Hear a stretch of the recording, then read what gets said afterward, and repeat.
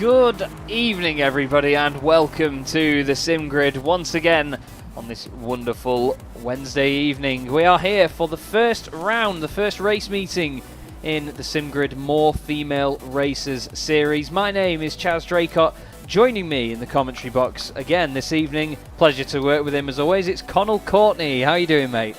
I'm all good, ready for the inaugural race. We had an invitational event last week at Brands Hatch, so we're finally getting the first race underway in this More Female Racer series, and yeah, very excited for it, Charles. Should be a lot of fun. We're just having a quick look at the moment as the drivers just cane it around the circuit and get some practice in. They're in the GT4 machinery this evening, so what we've got starting very soon will be a 15-minute qualifying session followed by a 1-hour race. So we've got plenty of action to come and a lot of time for these drivers to really have to focus, essentially. That's pretty much it. Jessica Martin for MAD, I know, is involved in the iRacing scene as well for Team MAD. Good friends of mine those are actually as well. So good to see Jessica out there this evening. And as the title of the series suggests, this is about promoting female racers in motorsport. And the female drivers within these two driver teams, there will be a driver swap by the way, they will start the race, and then basically the other drivers, the pro drivers, some male, some female, will then take over for the second part of the race. It's a 5-minute window, but we've seen good racing. I mean, so far, every single race I've seen, Connell, with GT4 cars has been epic, so I'm expecting more of the same tonight. Yeah, sort of the nature of the beast with GT4. It does bring fantastic racing, very well balanced. My first experience a couple of weeks ago in GT4 was just phenomenal, and we've seen, of course, the GT4 launch night and also the GT4 madness with the SimGrid had some phenomenal racing, 4-car battles for the lead, big incidents, drama all the way through. So yeah, we should be in for a cracking day's racing. Should be good indeed then. So we're at the Nurburgring on the Grand Prix circuit, as you've seen. Go on board with the Aston Martin then into the very tricky first complex. Tight right-hander, difficult on the brakes because you still turn into the right slightly. So many different lines through the long left-hander of turn 2. Expect a lot of overtaking going on there tonight. Turn 3, another left-hander, another tricky one because the braking zone, again, is while you're turning. You've got to get the transfer of the weight down really settled through the next right-hander at turn 4, on to the power, all the way down to the tricky turn 5. It's almost a blind apex on the way in because the curb just sort of appears out of nowhere, and it's a long apex as well. You want to try and take it a bit late, get the car over to the left to flick it back to the right. As you're going downhill, the grip feels like it goes away from you. Run wide a little bit on the Astro there. Jessica Martin using all of that, all the way down to the very famous hairpin here at the Nürburgring. You want to brake as late as you dare. The camber helps you around here. It gives you a false sense of security, though, that the car's got this mad amount of grip. On the exit again, bit more AstroTurf up to the Michael Schumacher S's. Very scary part of the circuit. Use all the curb on the right. Jessica decides to down change up there to try and keep the momentum. Nice run through there, to be honest. A lot of time can be gained down, lost through there, onto the brakes then, into the tight left-hander. Starting towards the final part of the lap now, over the crest. Watch out for cars losing it there over there, because it's easy for it as the weight goes away from the car as it goes over the crest of the hill for the rears to spin up and it go around. The right-hander settles you then for this very fast, flat-out final section. Smooth it all the way out, onto the brakes then, into the chicane. Another place where a lap is made or lost. Of course, using the faster of the two chicanes. Bit more curb, plenty of curb into the final corner. Another one that's difficult to get right. Long right-hander, you want to get on the power as soon as you can, and that is a lap of the Nürburgring Grand Prix circuit. And it's quite a technical one, isn't it, Connell? It's not the easiest circuit to get a lap around. Yeah, I think in terms of the SEC calendar, the Nurburgring track, apart from obviously as you would expect, Bathurst and tracks like that, I think one of the most technical tracks on the SEC calendar, very difficult to get right. So yeah, it's going to be a big challenge. Of course, some of these women have only really been on rigs. I mean, I was interviewing a few of the drivers and only a couple of weeks on rigs. Some with their experience. Of course, there's more experienced drivers, but yeah, some of these women have only had the rigs for the past few weeks and have only been on ACC for the past week. So very interesting to see how they're able to cope with a very tricky circuit. Yeah, that's for sure. And GT4 cars are not the easiest to drive either. They give you this, like I mentioned before, a false sense of security sometimes, that because they're not the most powerful things in the world, they've got quite a lot of grip and you can really chuck them about. But from watching them in real life, we know that's not straightforward. So it's time now then for qualifying to get underway. 15-minute session here. They've just had the drivers briefing, so they're out on track, giving it their all. Let's just figure this out 1 second. I've just realised that my pictures to Connell have gone. Apologies, mate. Just bear with me 2 seconds. I'll get that back for you. 1 second, mate. I don't want to miss the action, Charles. Of course not, mate. There you go. There we go. That should work now. Apologies for that. Lovely. It's always difficult to commentate when you can't see, isn't it? Yeah. It's one thing listening to the radio. It's another thing trying to commentate on something that you actually can't see. But yeah, we're back now and we're into qualifying. See the Aston there of Gemma Moore. Aston Martin Racing. The wonderful livery on that car really suits it. Up through the Schumacher S's. And they don't look like they're going that fast up there, but the amount of commitment you need to get the car planted through there is massive, isn't it? Yeah, and you think of, you're really trying to use as much of the throttle as possible, keep that momentum. Of course, you're going uphill, desperate to keep the momentum in these GT4s, and if you touch the gravel on the right kink of the Schumacher curve, you really lose a lot of time, and you lose that drive the whole way through the next corner. It's very important, whilst you're desperate to keep that momentum, not to make that mistake, because the little time that you would lose with maybe a little roll off if you didn't get your line perfect is inconsequential compared to the time you would lose when hitting the gravel. So it's all about the risk management here. It is indeed. Here's Andy the Lab in Team Dog, the American driver in the very bright pink Aston Martin. And I tell you what, we're not going to miss their team tonight. Elizabeth Chan in the KTM Crossbow. Now, interesting choice, the KTM Crossbow. I mean, I know that a few people are a massive fan of this car, and I know it's good on its day, but I think it's a right ugly bit of kit. What do you think? It's unique. I think I think that's the politically correct, or the sponsor correct way of describing it. Yeah, it's a different car. I've not yet driven it. Of course, we've seen one of the SimGrid mainstays, Gregor Schill. He was actually driving the KTM on a launch night.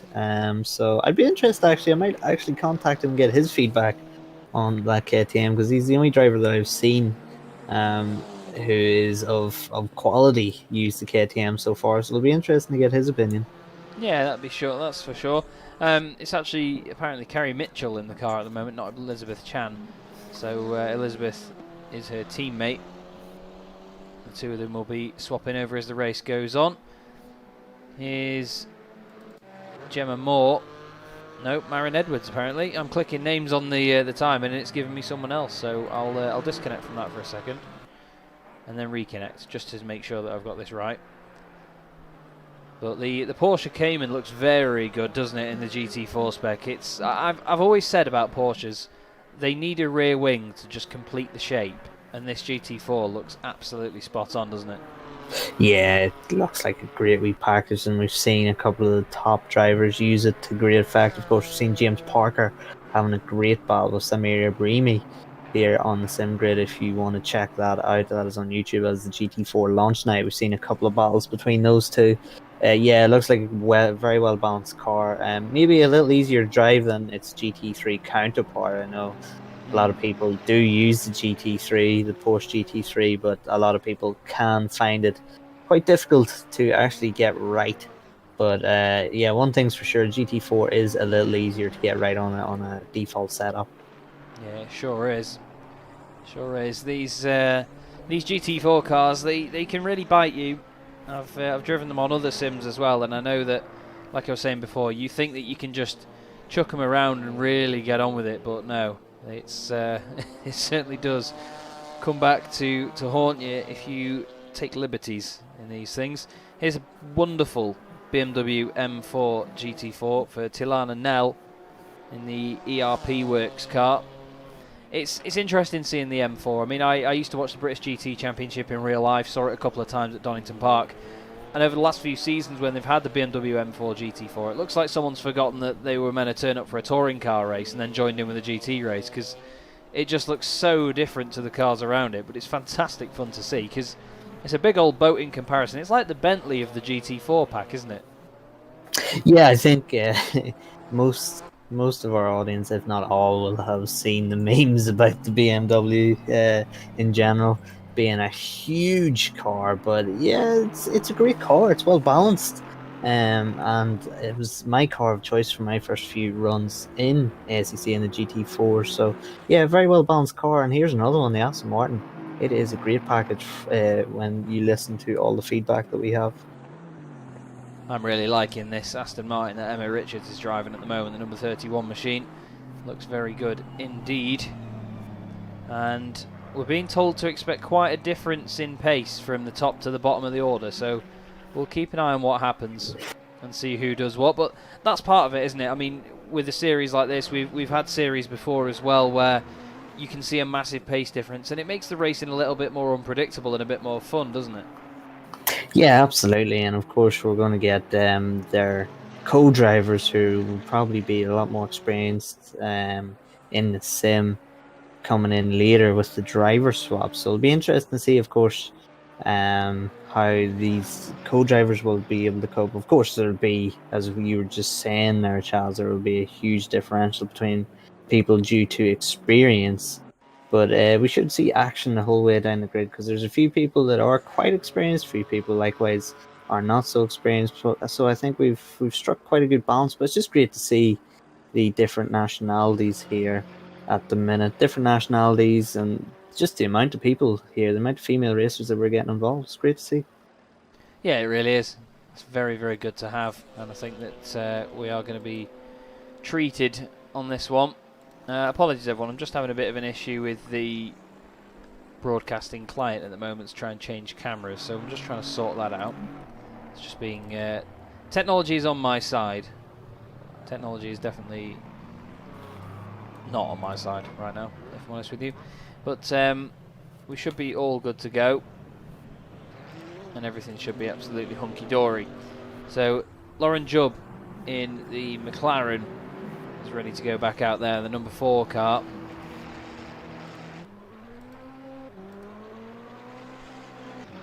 And that, well, orange on a McLaren. It's very stereotypical, isn't it? But it's absolutely smashing, isn't it?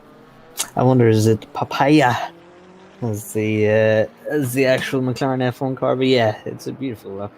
Lauren has this car kitted out quite well. And the McLaren GT4, not one that I myself have actually used so far, but I've heard good things about it. Very well balanced cars again, and it should go well around here. Conditions are pretty much perfect. These conditions will be fixed throughout the series. There will be no wet weather races, just to give these people some not a baptism by fire, I'd say.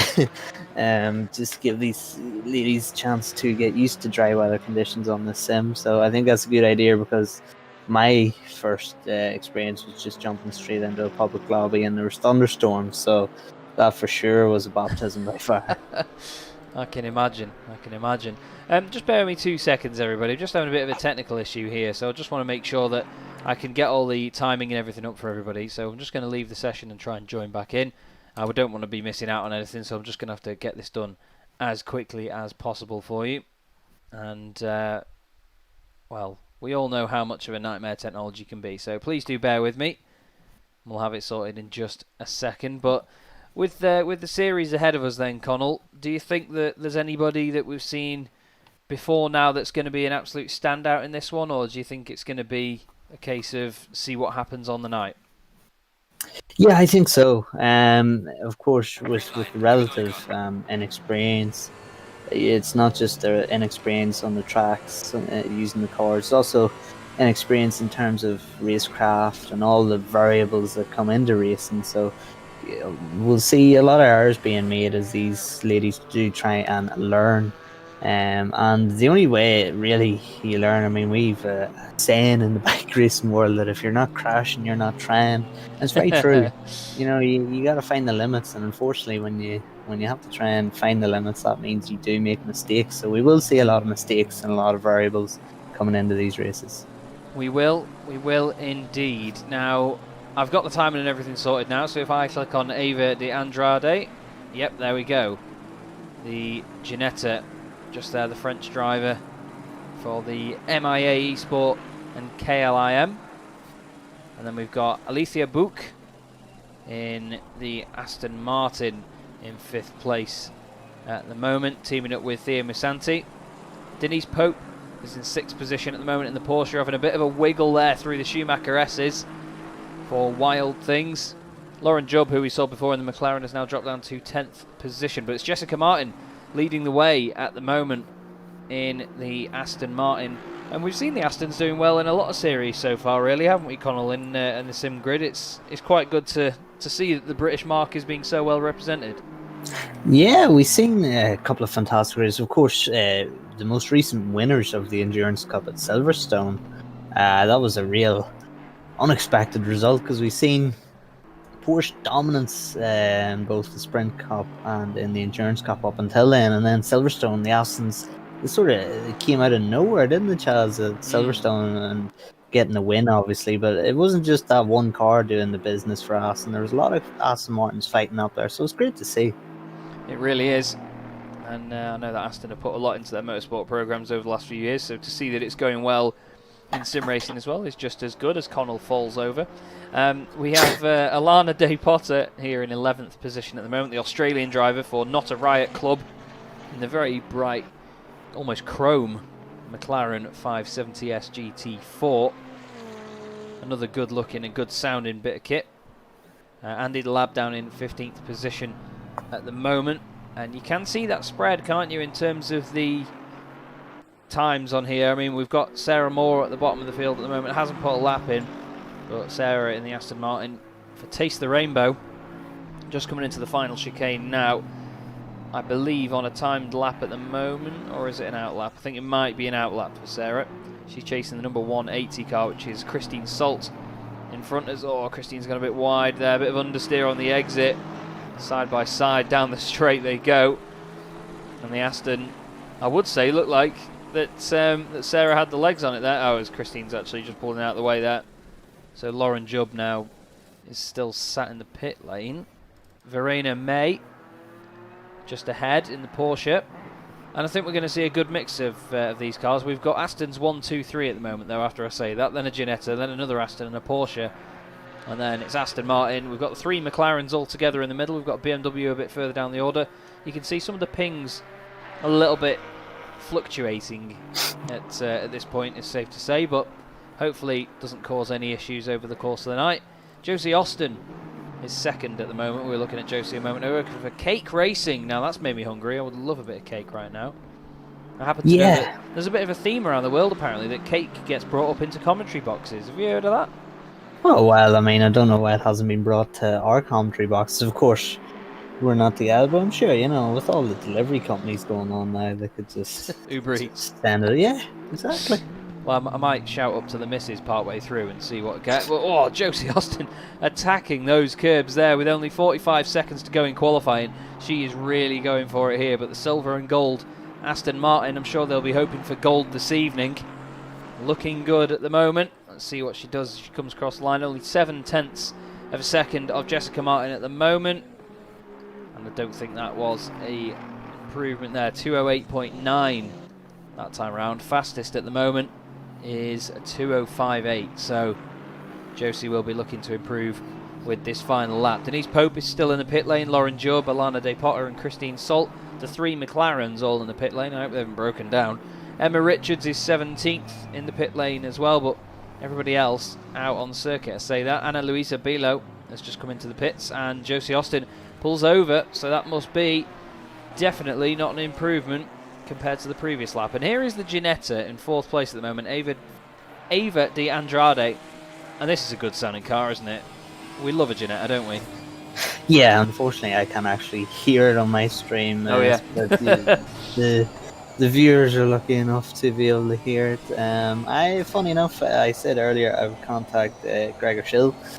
He's got back to me already, so thanks, Oh, Gregor, if you're listening. I was, of course, asking him about his opinion on the KTM that he drove in the SimGrid's GT4 launch night. He said it was a weaker car, not that much of an aero advantage like many think, and the top speed is also not great overall. I don't like it that much. So not great feedback on the KTM. So I think if we get Gregor in any more GT4 races, he won't be using it. probably not. But it's Kerry Mitchell then for True Racing that is driving that car, the number 789 machine. And if it does one thing well, I tell you what, it backfires a lot. Like watching it in real life in British GT, it pops and bangs like an absolute hero, and it's the sort of backfire that makes you flinch. It's pretty amazing, but it can do the job, and that's the thing. People can make it competitive, but it's I know it's not the easiest to get right up there in the order. We've got a close battle in qualifying terms anyway, between 4th down to 7th, only 0.8 of a second between those four. Let's see what Kerry Mitchell can do with the KTM crossbow as she crosses the line, and she improves, but not enough to move up any further than 12th. Pulls over them. Ava De Andrade also on the grass there behind as well, just doing a bit of groundskeeping. Elizabeth Chan has just improved as well and gone up to 12th, so Catherine Salt has dropped down the order, and there you go. And that is the Corvette as well, not the Corvette, the Camaro, which we didn't see much of in practice and qualifying, but we'll keep an eye on that, because that's a big old lump as well, isn't it?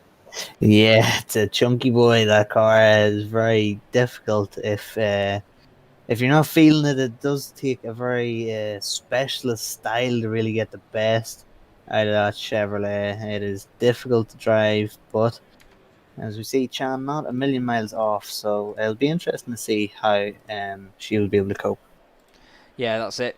It's not the easiest car to lug around, but we'll see. Apologies, Connell. I know I just quit. I quit my stream again there because I'm that much of an idiot that I keep thinking that I'm in ACC, but I'm actually watching the stream live. So I keep pressing escape and closing the window for Connell so we can't see what's going on. But here we are. So the camera's now panning down the grid, looking very good. You can see the cars going up and down. And that'll be because they're all changing the setups, won't it, Connell? Yeah, of course, it's the first real experience. Of course, you get practice in, but once you're in a race weekend situation, it's very, very different. So they will be making some setup changes. They'll probably be using whatever fuel calc apps they need, and of course, you have to fuel to the end in this race. So it'll be interesting to see. Hopefully, everyone gets it right and doesn't run out. Just a great shot, shows you all of the different machines that we're going to see racing around here this evening. The number 22 Mercedes there, that was qualified by, just trying to find out actually, where's it gone? There we go, Ana Luisa Bilo in 8th position, with Pope just ahead on the inside there. We can hear the cars starting up now. We've got 20 seconds to go before the session starts. The number 66 Aston of Alethea Book looking very good there. And the Ginetta as well up there. Just trying to fight with these Aston Martins and see what it can do. But we've got a good field of cars here, and it should be an exciting series. A 1 hour race ahead of us here, so plenty of action coming your way, everybody. Don't forget as well, as Jessica Martin has just nipped back to the grid, to the pits, sorry, as the race is about to get underway. That's interesting. Any idea what's happened there, Connell? Maybe she's not made the start or something? It must be maybe doing a last the first challenge. I don't know what the situation is there, but yeah, no, I'm not sure. Of course, Austin and Horton, second and third, weren't a million miles off Jessica, so it's not like Jessica had a huge advantage. So very difficult now for Jessica to actually get that P1 back. So yeah, very interesting. But meanwhile, everyone else leaving the grid, Austin and Horton separated by only 2/10 of a second in qualifying. And Josie Austin, was talking to her last week in between practice sessions of the invitational event at Brands Hatch.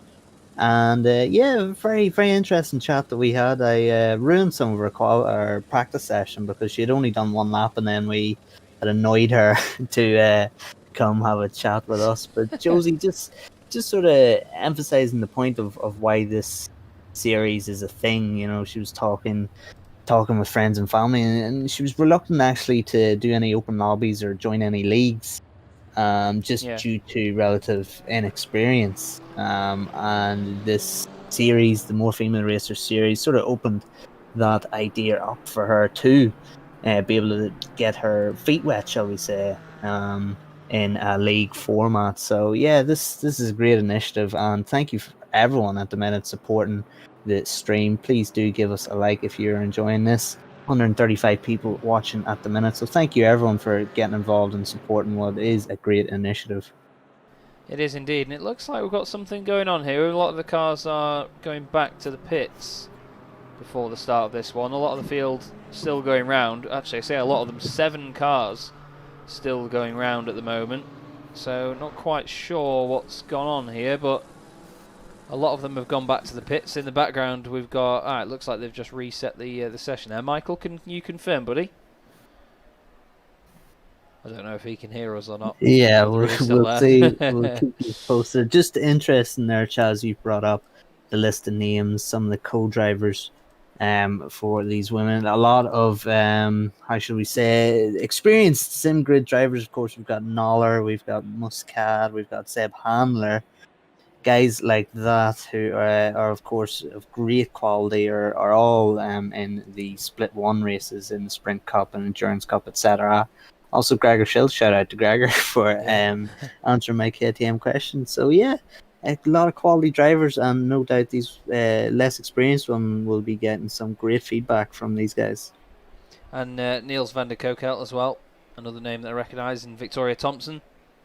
So we have a lot of fantastic talent on and off the grid in this community, and I know that a lot of the guys will be very excited to watch this and see how our ladies get on this evening. And I think the whole message behind the series is fantastic, to be honest with you, and it's a great thing to see, and it's an awesome thing for the SimGrid to promote. But we have a little bit of time before the session starts. As you see, 30 seconds before it gets underway. I think there might have just been something not quite right with the previous one, but we should be underway very soon. Please let us know in the comments who you think will be the race winner on this one. It's going to be an exciting one for sure, and what a track to do it at as well. It's the Nurburgring. It's not always one of my favourite circuits, but for GT racing it really does work, doesn't it, Connell? Because there's a lot of fast bits, slow bits, windy bits. It tests balance of performance to a very, very high level, but it also shows you how very quick some of these GT4 cars can be. Yeah, absolutely. We see some of the planar tracks, shall we say, less technical, and once a gap is formed, it's very difficult because everyone's so consistent at the planar tracks to it's very difficult to actually close it or open a gap. But with here, you know, we do have varying more inconsistencies at this track than I think some others. So yeah, a lot of these women will obviously be having their first league race, or might even be first race online in ACC. So a lot of nerves, of course, will be here. 60-minute race, so a long time to get some experience for everyone here involved. Track conditions, of course, are perfect. So yeah, it'll be very interesting to see how this goes. Indeed it will. And we've got Ana Luisa Bilo at the moment having a bit of a battle almost with Denise Pope on the warm-up lap in the Porsche. Oh, they're all bunching up, and luckily they drive through each other on this outlap because there was a bit of contact there. Christine Salt is in the pit lane in the McLaren, I'm afraid. So Christine and Tilana Nell as well, also in the pit lane. Apparently Michael said there was some bugging on the formation lap first time round, so they reset it. I'm hoping it works this time, but Christine Salt and Tilana Nell both in the pit lane, as you've seen. But there is your grid as it stands then. So Josie Austin second on the grid to Jessica Martin, with Alice Horton and Ava de Andrade, or Ava de Andrade, sorry. Gemma Morris fifth with Alicia Book. Then we have Denise Pope and Ana Luisa Bilo and Verena May.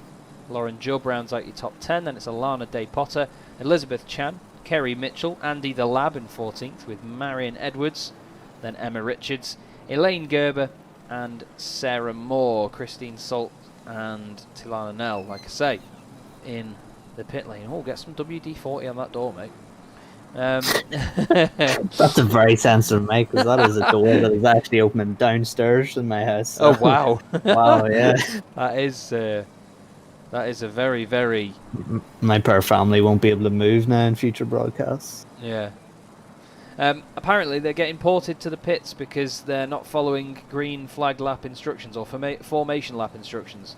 So they're going too slowly and being jumped back to the pits automatically. And I suppose that's one of the things that does come with experience in these sims. I mean, I've DNF'd in a 3-hour race on another sim before because I wasn't familiar with the driver swap procedure.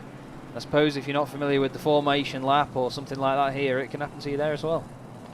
Yeah, it might not even... I think we've all made that mistake, no matter how experienced we are, whether it be exceeding the speed limit on green light. But yeah, I don't think any of these ladies who've made that mistake should panic, because there's been many a great driver that has, even in real life, made mistakes on warm up, warm down lap. Not that I'm a great driver, but I have also had the joy of crashing on a cool down lap. So Joy. yeah, I feel their pain. Right then, here we go then for an hour's long racing here at the Nurburgring in the More Female Races series, powered by the SimGrid, and they're away. Jessica Martin leads them, apparently has a drive-through already, same with Lauren Jubb and Elaine Gerber, so we'll have to keep an eye on what develops there, but hopefully that doesn't last. Hopefully it's just an issue with the system. But side by side into turn one then, Josie Austin around the outside, there's contact. That is one of the Porsches off in the background. It's back in the middle of the circuit. Was it Verena May? It was. She's sat in the middle of the road trying to get out of the way of the Aston Martin. There's a bit more contact there. That was the number 31 of Emma Richards. But Jessica Martin leads this one from the other two Aston Martins there, of Josie Austin and Alice Horton. Then it's Ava de Andrade in fourth place in the Ginetta. Behind, Gemma Moore's got all sorts of chaos. Kicking off behind her, there's contact there with the number 66. And that is Alicia Book. She's around. She's been clipped as well by the Camaro. The KTM Crossbow also around there. That was big contact by the look of it. Alana Day Potter's managed to get away with that, but a bit of damage on the front of that McLaren. But it's all kicked off straight away here, Connell. Yeah, that turn one is very difficult to negotiate. It is a very, very tight right-hander as you all come streaming down from the start-finish. It's just a product of close racing like this that incidents do indeed happen, but just very important now for people who were caught up in incidents just to calm down. Of course, the first lap, get the first lap under your belt and just start to get into a rhythm. Just try. All they can hope for is just improving lap on lap and hope for the best. They can indeed. There was a bit of a glitch with the system there. It said Jessica Martin had dropped to third place, but that's not true. But it's these three Aston Martins at the moment. Alice Horton in third position. We go on board with Alice now. In a very beefy sounding Aston Martin V8 Vantage GT4. Flying down this final section. They put a bit of a gap on Ava just behind them in the Ginetta. So look for these three Astons to make the breakaway in this race. But they all seem to be on similar pace to begin with. Whether Jessica can open up that lead gap or not, we'll have to see. Wow, that cone got absolutely sent into orbit there. That was a hefty hit for that poor little cone. But the number 25 Aston looking good at the moment. Nice and planted around there for Alice Horton. There is Ava de Andrade. And then Alana Day Potter just behind the first of the McLarens. And doing a good job so far, because the McLarens at the beginning of this race were way down in what, 9th, 10th, maybe even 10th and 11th and 12th. So it's good to see one of the McLarens making good moves and good places up the order. This is Gemma Moore chasing Ana Luisa Bilo. And straight away here, Connell, we've got a mixture of cars with different amounts of damage on them, and they've got to try and make this last an hour now, so it's really going to be survival of the fittest here, I think. Yeah, very, very difficult to manage damage. Of course, if you're experienced, let alone this being one of your first few experiences of SEC, so it'll be very impressive to see how these ladies cope. Of course, in GT4, you have to remember, for those unaware, GT4s have no tire warmers, so that might have compounded the Oh, results. Oh, very, very wide there, but hooks it back on. Of course, yes, no tire warmers, so that might have compounded things in T1 there, maybe getting caught out a little bit, the difference in feeling between their qualifying car and their race car. indeed. You can jump out of one and think, oh, it's great, can't wait to get this race underway, and it doesn't quite happen the same way. Lauren Jubb here right behind Elizabeth Chan in a humongous looking Camaro. Now, we joked that the BMW M4 looks like a touring car out of place, but that Camaro certainly doesn't have the usual sort of characteristics of a GT4 car when you compare it to the McLaren, but certainly doing all right at the moment, into the top 10. But here's your race leader then, Jessica Martin leading for MAD, with Josie Austin and Alice Horton just behind. Josie Austin still looking very feisty there in second place in the 137 machine. Around the final corner they go. And it's going to be interesting to see whether these lot stick together, really, because we've seen in a couple of races when they're an hour long, you can stick together through the first part of a race, but once the tyres go off, certain drivers they react to it a little bit differently, don't they? So some of them lose a lot of pace, but others can maintain the pace they had early on. Yeah, tire management, of course, crucial in any form of racing, GT4s especially, but just important now for Josie Austin. She's run just a little bit wide there, but keeps it going. There's a bit of a connection issue there with a bit of lag happening here, so we don't quite know if that is actually Josie. That's some brilliant drifting. That's not great tire management, but yeah, Josie just be crucial now, just to keep the pressure, even if she doesn't feel as though she quite has the pace on Martin. Just important, just to keep that pressure on. Of course, you don't know how consistent the drivers around you will be, so if you keep that pressure on, just can possibly force them into a mistake and maybe even push them over their limits to the point where they are actually damaging their own tires. So a little bit of racecraft might be needed here for this race win for Josie Austin. Yeah, that's it. You just need to bide your time in a lot of scenarios like this. You need to just be very careful over the course of a run and just do your very best with the equipment that you've got. This chase is still on though. Lauren Jubb chasing down Elizabeth Chan. And the Camaro, wow, look at that, very late on the brakes there from Lauren Jubb. Chan turns in, oh, nearly making contact, back on the racing line, loses the rear end though. They swap around again, bit of gravel on the exit for Lauren Jubb, and somehow Elizabeth Chan manages to hold on to that top 10 position. In the background, Marion Edwards in the Edison Genius Racing Bulbs Porsche, closing in on these pair now. They're having this little battle. We've got a bit of a close one going on here between Verena May and Alethea Book and Kerry Mitchell. Alethea is trying to make her way back up the order here for Thea Misanti's team, the number 66 car.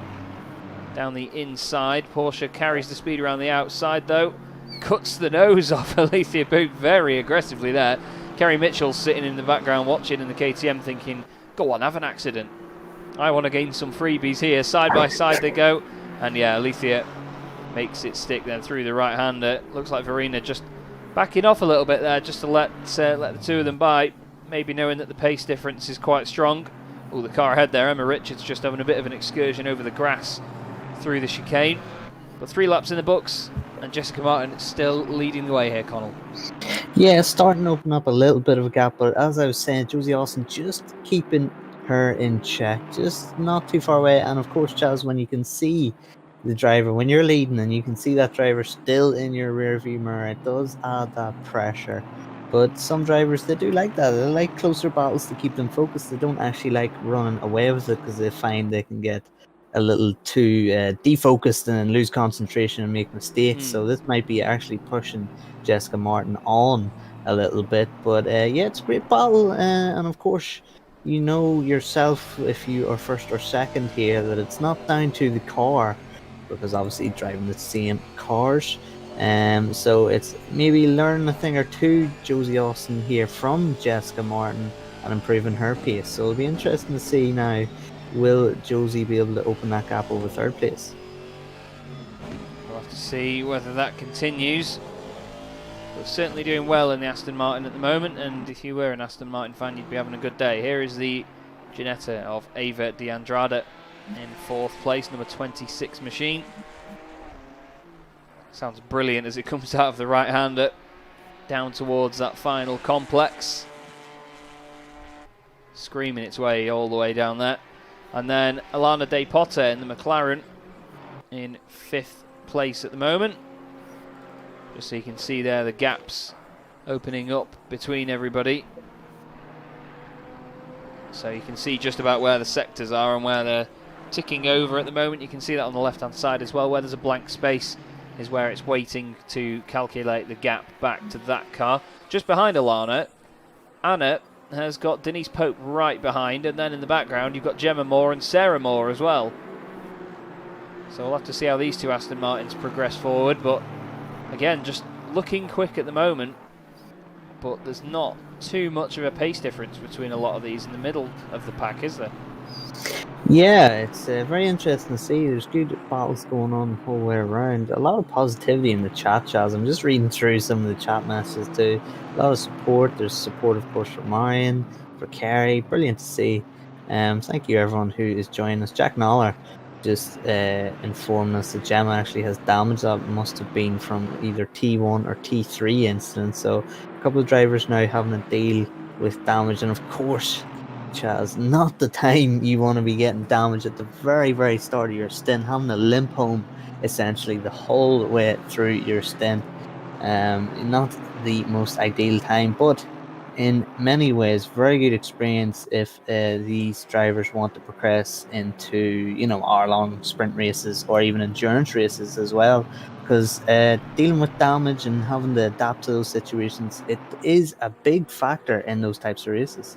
It is indeed, and being able to adapt to the length of the race and what it demands from you is part of the key thing to be competitive, whether it be sim racing or real life racing.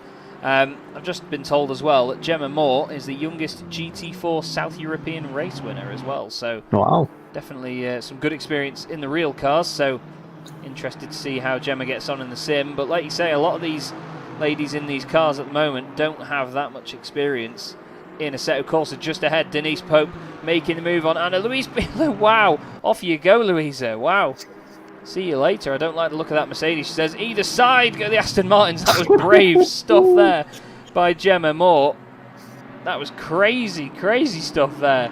Sorry, Sarah Moore that was, making that move down the inside of Gemma Moore now as well. What a great final part of the lap she's having. Taste the rainbow indeed. There you go, Gemma. Have some of that. Wow. It's like touring car bumping and boring, isn't it? It is, yeah, but I'll tell you what, that was some very, very gutsy stuff there from Sarah Moore. Now Gemma will not take that line down. She will want to come straight back at this. Try and make the move. On the brakes, they close up. And I tell you, this is not over yet. This is definitely not over. The gap at the front has opened up further now for Jessica Martin, leading the way. Kerry Mitchell is actually right behind Andy the Lab as well, or was last time they went through a sector. Trying to see. No, Lauren Jubb. Sorry, it was Kerry Mitchell and Andy the Lab. So Kerry Mitchell flying up the order and has got through. Lauren Jubb just jumped down the order a little bit there from when it had the last sector time. And here we go then. This is Gemma Moore. She's got to worry about Anna Luisa Bilo just behind her, and then try and chase Sarah Moore ahead. And it's one of the worst situations to be in racing, isn't it, Connell, where you've got to focus on ahead of you and behind you, not just trying to attack someone or just defend. You've got to think about both. Yeah, and there's a phrase of drivers driving behind them, and what that means essentially is that you're focusing so much on the car behind, you're driving defensively, you're driving a bit tight, you're driving a bit nervously, you do start making those mistakes and you just start to lose sight of the car in front. But at the same time, be overly aggressive with the car in front, and you can find yourself pushing each other wide or making a mistake yourself and losing a position when you're looking to gain a position. So it's a very difficult situation to be in. And again, learn how to deal with that situation. It just comes down to experience, being in those races, and there's no better way to learn than to be in races like this.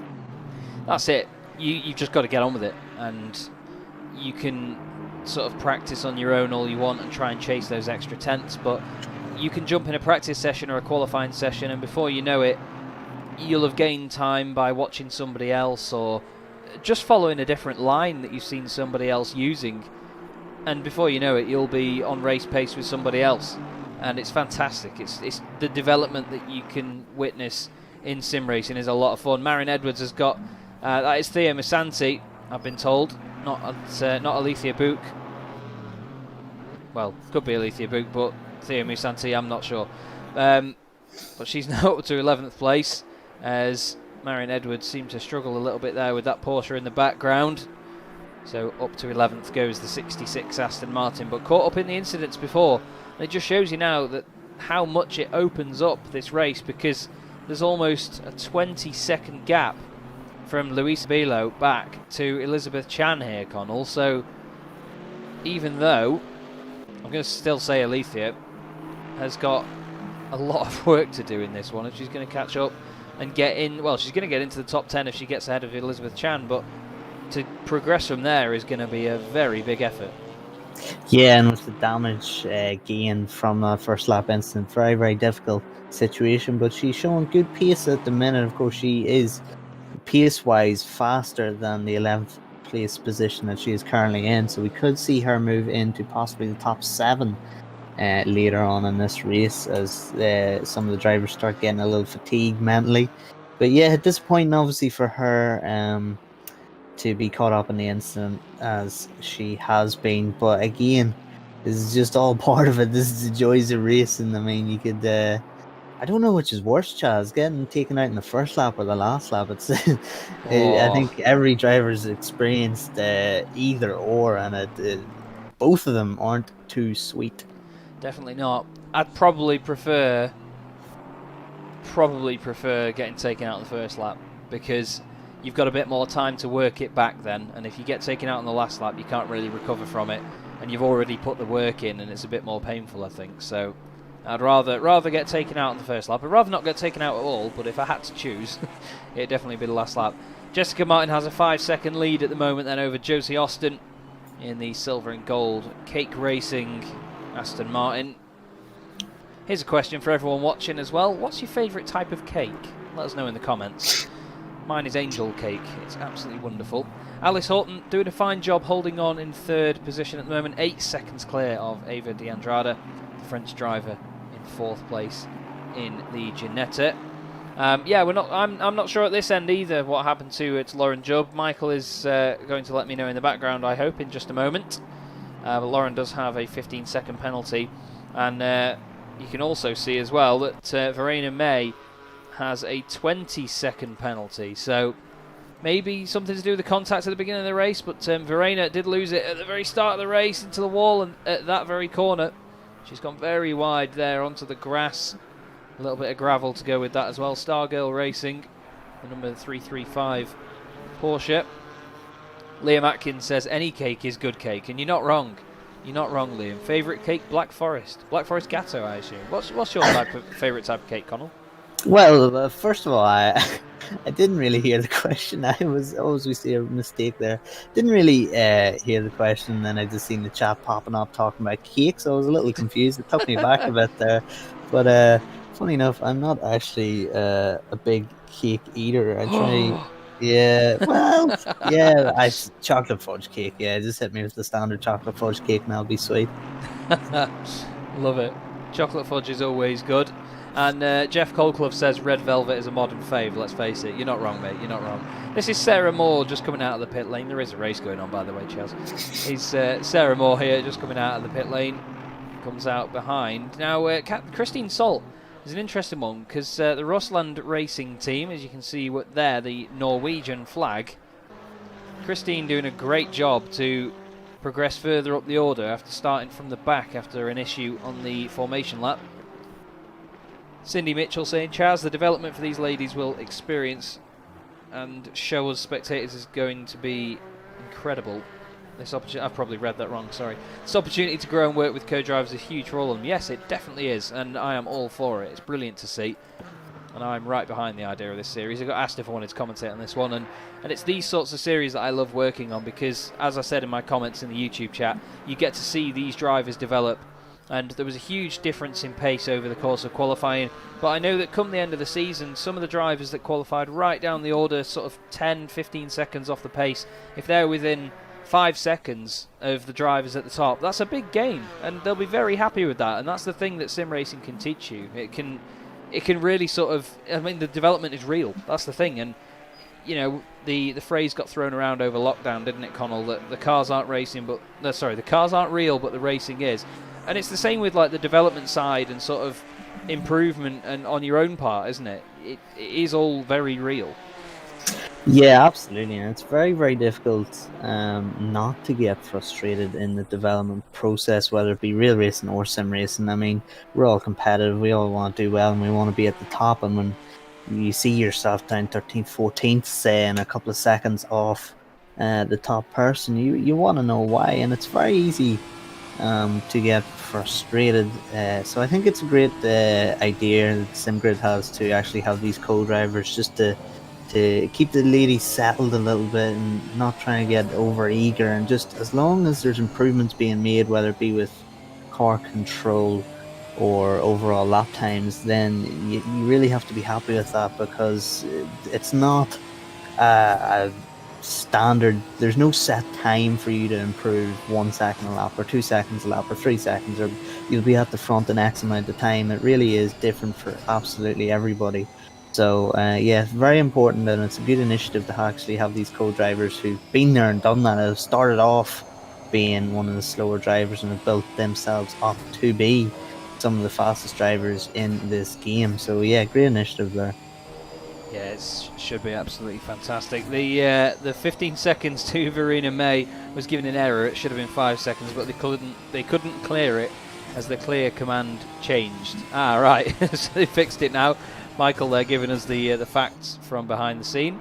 So it is just a 5-second penalty, and Axel Petit has now taken over from Lauren Jupp in the McLaren. The front end of that car looking very second hand, and that looks pretty bad.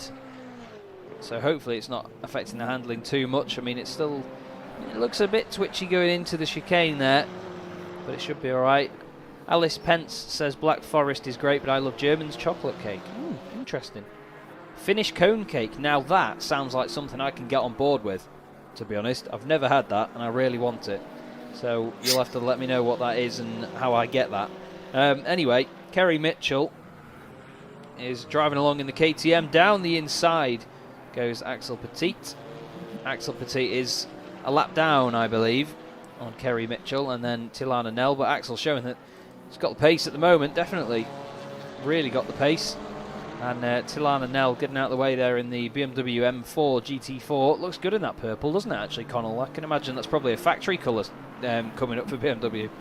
Yeah, it looks full of factory. Of course, BMW, one of the figureheads of GT racing at the minute, and just getting around the outside of that KTM now, and getting around the outside, but more importantly, being in front for this next corner. KTM looking a bit lively, and we've got information obviously from Gregor Schill that it's not as good on the aero as everyone makes it out to be. So with the damage that the KTM picked up a little bit earlier on, it might be struggling for pace against, as we all know, quite a powerful BMW. It is indeed. It's a big, beefy bit of kit, and we'll go on board and look back at the KTM. It's like being chased by an Amazon parcel, isn't it? I'm sorry, KTM. I know they're not watching, but it's not a pretty car. It's really not a pretty car. But I know it's functional. I mean, the original KTM Crossbow didn't have a roof. Oh, as Tilana parks it on the apex, and Kerry really closes up there on the brakes. Looks like Tilana's run a little bit wide. No, manages to get it around there all right. But Kerry is going to really be focusing on trying to get through at this last part of the lap. Onto the brakes then. And it really dips down the front end of that BMW. Oh, and it's just got away from her under the brakes. Manages to hold on to it, though. In the ERP works, BMW continues with no damage, but that was a bit of a scary moment there for Tilana. And it's close here, by the way, between Gemma Moore and Denise Pope. This is Gemma in the number 24 Aston Martin, just chasing the little Porsche. All over the back of said Porsche now. Yeah, Danon like that comment. Sorry, KTM, it's not a pretty car.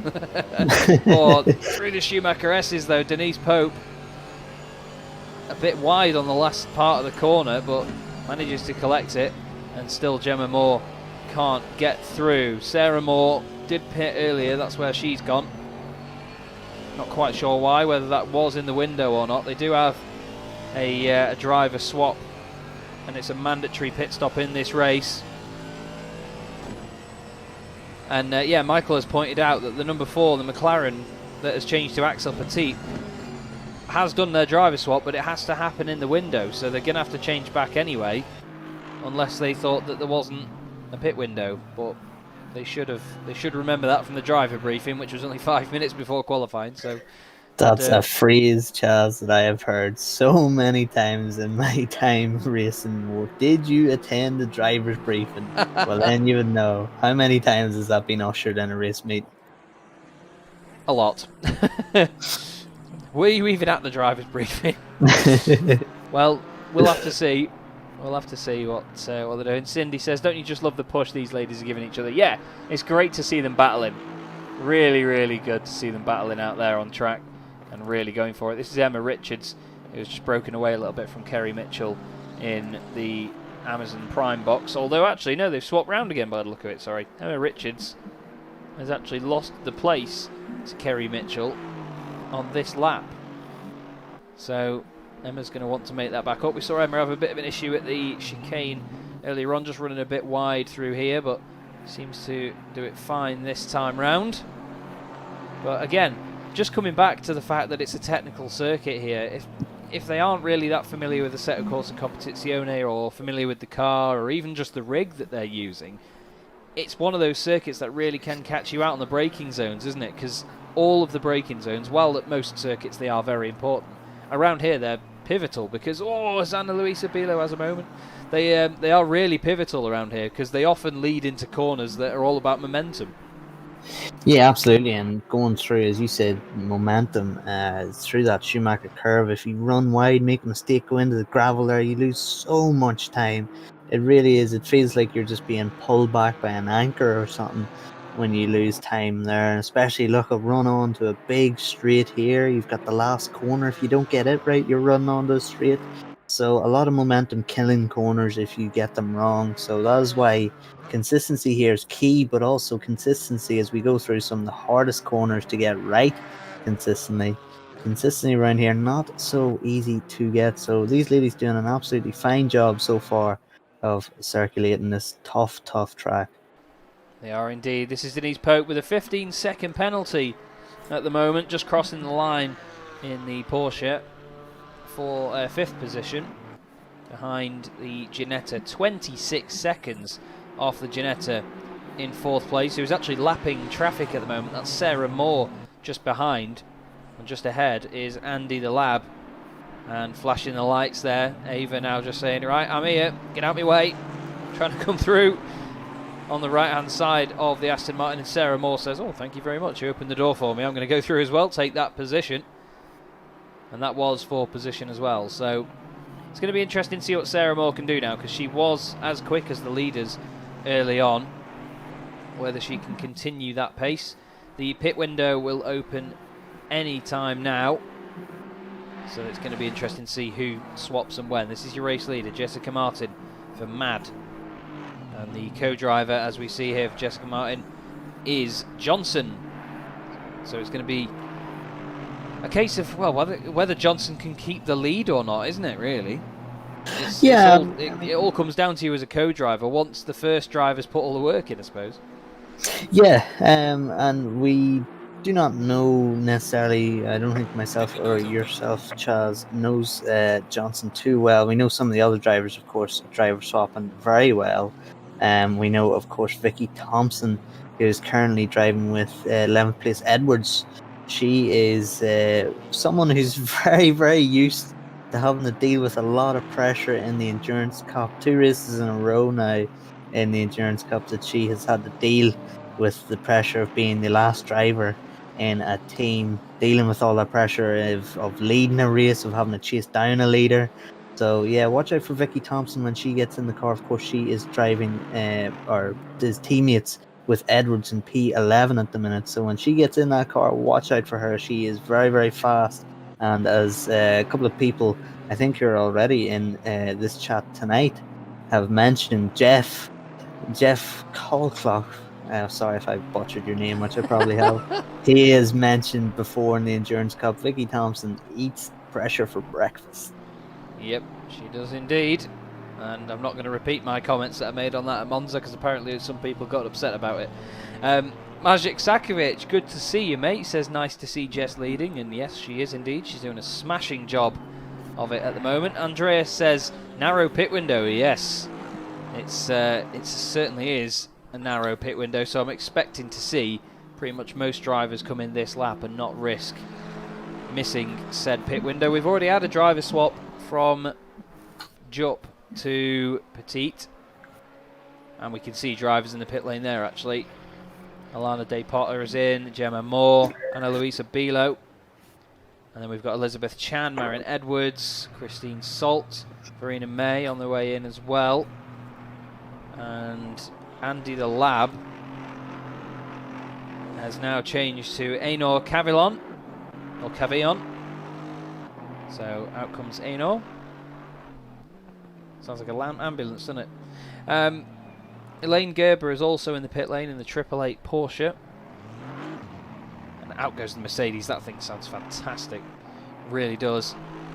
And it's Sheldon Scott Muscat. Now, Sheldon's a name that we've seen before in the sim grid in this one, Connell. So Sheldon's going to be one to watch in the second half of this race. And a lot of these drivers really are, because the interesting part of this is because of the huge pace difference between some of the drivers that started this race compared to how quick a lot of these co-drivers are going to be. They're big names in the sim grid, so it's going to be great to see what they can sort of reconcile, isn't it? Yeah, absolutely. And here's another name, Jack Noller. Of course, we've seen him be a class act in the Sprint Cup and Endurance Cup. He is one of the top guys in Split 1.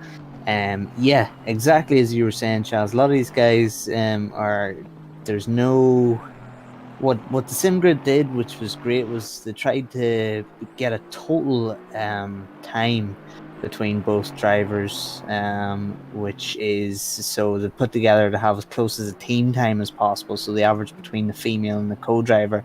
So very, very interesting. Tried to balance it out as good as possible, so we could see some of the less experienced females having rapid teammates, as we see, of course, Marion Edwards in 10th. She'll have Vicky Thompson, who we all know is flying. Of course, a couple other drivers that should be coming out soon, Gregor Schill, etc., etc., one of the top guys in the Endurance Cup. So it'll be interesting to see what guys like Noller can do here, as we see a Kiko, Japanese driver. I think that's the only Japanese driver in this series, so great to see all the different nationalities being represented. And for Cake Racing as well, so I'm a huge fan. Jasmine Akiko, third in this race at the moment. Jessica Martin is just coming out of the pit lane, I believe. I think the camera is not really my friend in this scenario. No, Jessica Martin, interestingly, goes past the pit lane and not inside the pit window. That could be a huge point, Chaz, because there's no way you're making around with a minute to go. No, unless you do the school circuit, but even then, that's going to be questionable. It's Sarah Johnson, by the way, that's going to be joining. I did have to ask because I wasn't sure on the name. It came up with her username in the entry list that I saw. So, yeah, we've got a lot of Sarahs in the with this series, and well, Jessica Martin has now missed the pit window. Alice Horton in the pit lane as well for Speed Kitty. Jasmine Akiko has now gone through a sector and it's changed on the timing. Now it's going to be interesting to see whether Jasmine can keep ahead for Cake Racing, ahead of Speed Kitty here at the end of this one. And apparently Niels van der Kokel in the Chevrolet here. Now that's a different cut. Oh, okay. Bye, Niels. That was a different colour to one we saw earlier. And I'm just wondering, has the livery changed per driver, do you think, with Niels van der Kokel? He's gone back to the pit lane. Yeah, It's an odd one, isn't it? Remembering Niels from the Endurance Cup, that does look like a Van der Kokel livery from the Endurance Cup, so possibly that could be a thing.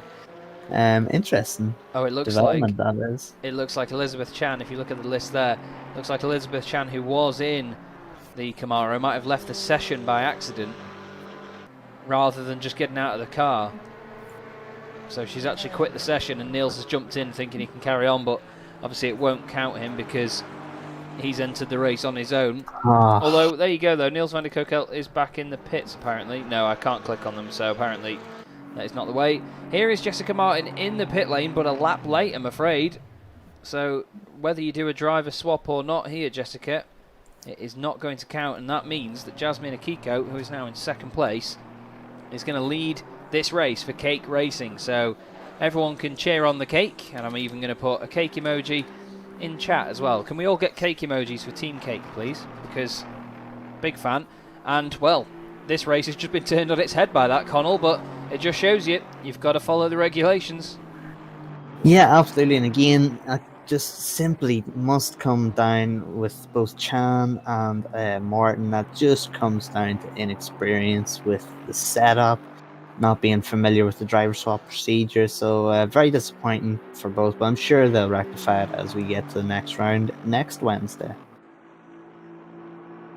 An interesting point to note as well, by the way, if you follow the SimGrid and Thea Misanti on Instagram, you can vote on overtake of the race and be entered to win a prize from V-Rig. So it's always worth doing.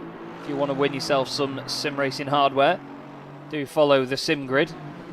And it's Sarah Savage that is out on track at the moment. And, well, to get through this pack, she's going to have to be Savage as things stand.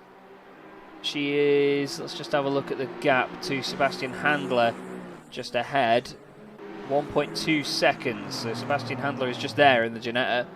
So Sebastian has done the job and got ahead of Sarah in the pit stops.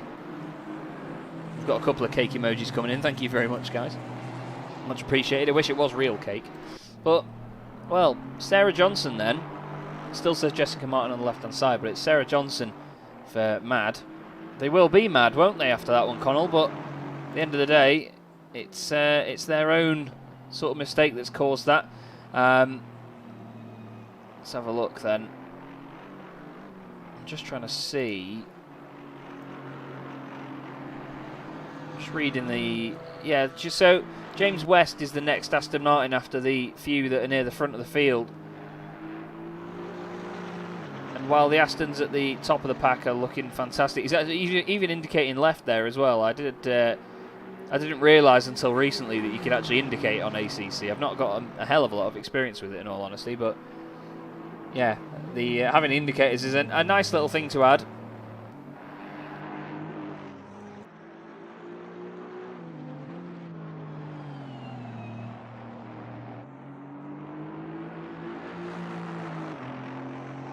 Aston Martin is looking good at the moment, though. 10th position as things stand. And, whoa, that was a big bang there.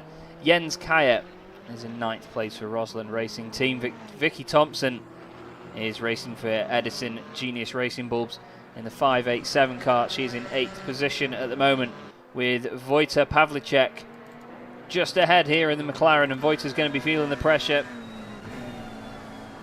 We know that Victoria Thompson, as we've seen in the SimGrid Endurance Cup, is very quick. Look at her closing in on the brakes there.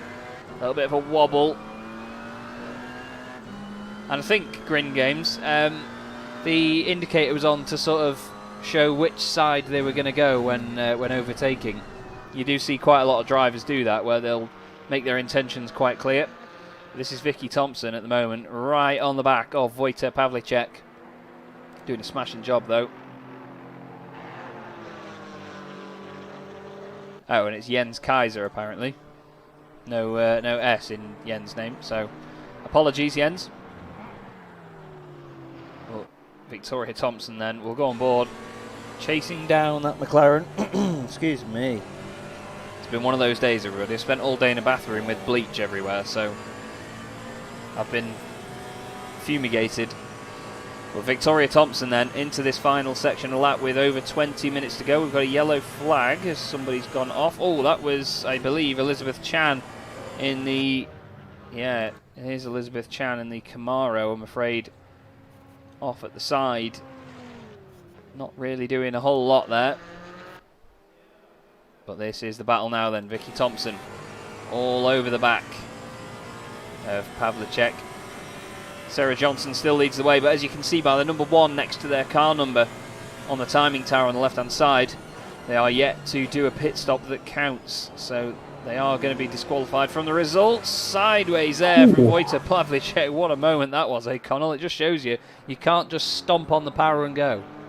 Yeah, no matter if it's GT3 or GT4, you just can't get away with that. And Vicky Thompson, just a cool customer, just didn't even flinch with that mistake, and then was able to capitalise it in the very next corner. So Vicky Thompson now up to 7th in the second Porsche. Of course, it's Janetta now up to P3 in the hands of Seb Handler. Absolutely flying at the moment then. And, well, Seb, the Austrian, doing everything he needs to do at the moment. Looking at lap times. Last lap time for Seb Handler was a 2:04.7. Jasmine Akiko, 2:07.1. And the race leader, Sarah Johnson, 2:08.5. So Seb is really, really catching at the moment. This is not the battle for the lead, but this is actually the battle between the number 31 of Daniel Austin's unlapping himself from Sarah Johnson. So Daniel Austin's clearly got the pace as well. As Sarah's gone wide, manages to keep it out of the gravel. But it's scary little moments like that can make and break a race, isn't it, Connell? Yeah, exactly. And confidence is key. If you're not feeling confident in the car, you'll be driving tight. You'll be making more mistakes just based on your mentality at that time. So once you're comfortable, you're calm, you're relaxed, you're focused, and you're able to just get into a rhythm, which we see some of the more experienced drivers are comfortable with their setup, with the tracks, due to having just done countless laps right now. We don't quite see that at the minute with Sarah Johnson, obviously due to inexperience, just getting a little bit sideways in certain areas, but still doing a great job. As is this guy, the Austrian Seb Handler and Janetta. Janetta, quite a Marmite car in GT4 from any feedback that I have received. But interesting, just trying to put the pressure on Akiko, but Akiko doing a great job of withstanding that pressure. Yeah, that's it. You've got to just focus and just get your own lap times on the board. At this point, Jasmine's doing everything she can do in second place, but this Janetta looks like it's really on rails, doesn't it? Well, Sebastian Handler, when it's not in the air, that is, over those curbs, as he really chucks it around. We'll go on board for a second and just see what it's like from the point of view of Sebastian Handler, this dashboard camera, watching things work away. And yes, as Michael has put in the chat, we've got over 200 viewers at the moment, but only 64 likes. Come on, guys, let's get that to at least 100. Please do give the video a like, and if you haven't already, do make sure you subscribe to the Sim Grid. There's going to be a lot of a racing series and a lot of different championships and events all coming up for you, broadcast here on our very own YouTube channel. I am Chaz Draycott. Alongside me in the booth today is Connell Courtney, and you'll also see Kyle Lawrence in the booth with us as well. We actually have the World Cup, the first round of the World Cup on Saturday, the 10 hours of Suzuka, and we'll be with you for all 10 hours of that one. So, tell you what, do not miss that one. But for now, though, Sebastian Handler is, well, He's certainly a good handler for that Ginetta, isn't he? He's making it work. Although 2:04.7 last time round, 2:05.9 for Jasmine Akiko. So the Cake Racing car doing a great job. Yeah, absolutely fantastic job.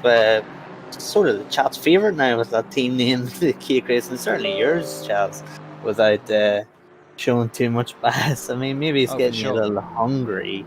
But yeah, Kiko doing a fantastic job. And don't forget, folks, this is not a one-off event for the more female racers. This is a series. We're back same time next week, next Wednesday. That's the 26th of August at the Hungaroring. 7:30 p.m. start. That is BST. That is UK time. And also the next weekend at Misano. And then followed that up by the final race of the series, Laguna Seca, all starting at the same time, all in the next upcoming Wednesdays.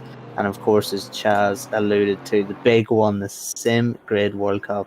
Phenomenal times going in already in the pre-qualifying event. 10:30 a.m. start, that is BST, and that is 10 hours around Suzuka. That would be very interesting. We've seen some just crazy times coming in, Charles, haven't we?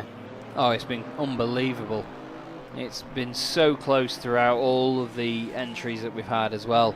I just can't wait to get the racing underway in that one. It's going to be phenomenal.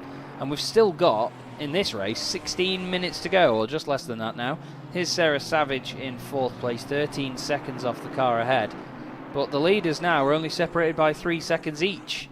And even further down, Gregor Schill is just outshot. There he is, just ahead in the black and purple Porsche, just about to unlap himself from the race leader. Gregor Schill for Stargirl Racing, the German driver, was in a battle with Mia Rose, and wow, that's certainly interesting to see. Sarah Johnson there defending from Gregor Schill, but he's a lap down, and in the last few corners we've seen that he's quicker as well, so you don't really need to defend in that situation, do you? But she's putting up a fight, and it's slowing her down to Jasmine Akiko, if anything. Well, that was close, and Gregor will just have to be a little careful here. A little bump there as a wee sign of acknowledgement there. Gregor Schill, he knows what he's doing. He will pick a pass whenever he sees fit. But yeah, very interesting. And again, that is a racecraft issue. Do you really need to be losing yourself time to a car that is a lap down? You know, if you understand, and this is again where the sprint race mentality and the endurance racing mentality differs, because you see a car that's a lap down behind you, there's 14 minutes to go in the race. You do not need to battle that at all. The only thing you will be doing at this point in time is slowing yourself down to your main rival being second place, of course. So yeah, not beneficial for either party involved here, really. Yeah, that's it. You just got to be careful about how much of your race you are actually compromising here, but the race battle that's on circuit here is not actually for position, but just behind there in the silver and gold Aston Martin, Jasmine Akiko, this is for second and first position, and oh, that's not going to do you any favours, and Akiko takes the race lead on the road as well. Don't forget Sarah Johnson will be, well, effectively disqualified from the race for not pitting inside the pit window, so Jasmine Akiko will have been the race leader effectively. She now leads the race on the road, but just behind there is Sebastian Handler as well, so he's closed right up now. So this is getting nice and feisty near the front. Sarah Johnson now in second position. Yeah, and if you're Seb Handler right now, you may have actually seen the defensive driving from Sarah Johnson on Gregor Schill, and you'll be knowing if you want a chance at that race when you need to get past Johnson very quickly, and he's looking to do it at the first available opportunity here down into the hairpin. Sarah Johnson defends into the hairpin. Sebastian looking to go around a long way, thinks better of it, focuses on the drive up to the Schumacher curve. We'll have to get a run through the Schumacher curve and possibly pass at the next corner, because no possible way that Ginetta is getting through here. Doesn't quite get the run that he needs, although maybe a little mistake going defensive again does Sarah. And of course this is for position. Sebastian Handler going to have to pick his moment, but with 12 minutes left, Chaz, run out of time if he wants to get to Akiko. Yeah, that's it. He needs to get this move done sooner rather than later. You would say, yeah, it's a 1 hour long race, and you don't have to push too hard all the time, but it's still a race, so he's got to crack on with it as things stand as he chases down the Aston Martin. Gets a good run through the chicane. What can Sarah do about defending this? Into the final corner, Sarah goes to the inside line a little bit. But that all started because of Mia Rose in the BMW. She also went to unlap herself from Sarah Johnson, and it put Sarah wide. And this at the moment is the battle for second place. Sarah Dove in 5th place has a 15-second penalty. And you can see Sebastian flashing the headlights now as well. He's trying everything. We all know that flashing the lights gives you 5 horsepower more, so it's it's a good tactic, I must say. And down the inside he goes, puts his nose down the inside. Sarah gives him only the room he needs, but through into second place goes Sebastian Handler in the Ginetta. And now the gap is, well, it was what, 3.94 seconds, let's say, to Akiko when he got that move done. So keep an eye on the timing tower on the left hand side for when it ticks over to the next sector, and we'll see the gap from Akiko. We're on lap 23 here at the Nurburgring in the sim grid race for more female racers. This is the first round of the championship, and look at the gap already that Sebastian's pulled out here. Oh, I say that though, he's gone deep into the hairpin. Bit of gravel and off he go, mate. But oh, that was a moment, wasn't it? Yeah, lucky not to get absolutely beached in that gravel. Just dipped his left-hand side of his car in there.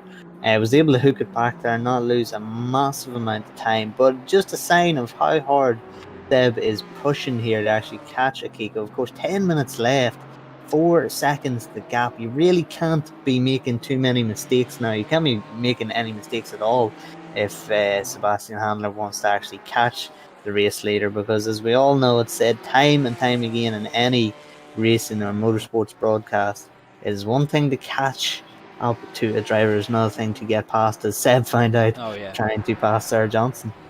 Yep, absolutely right you are, mate. And this is Johan Kerjian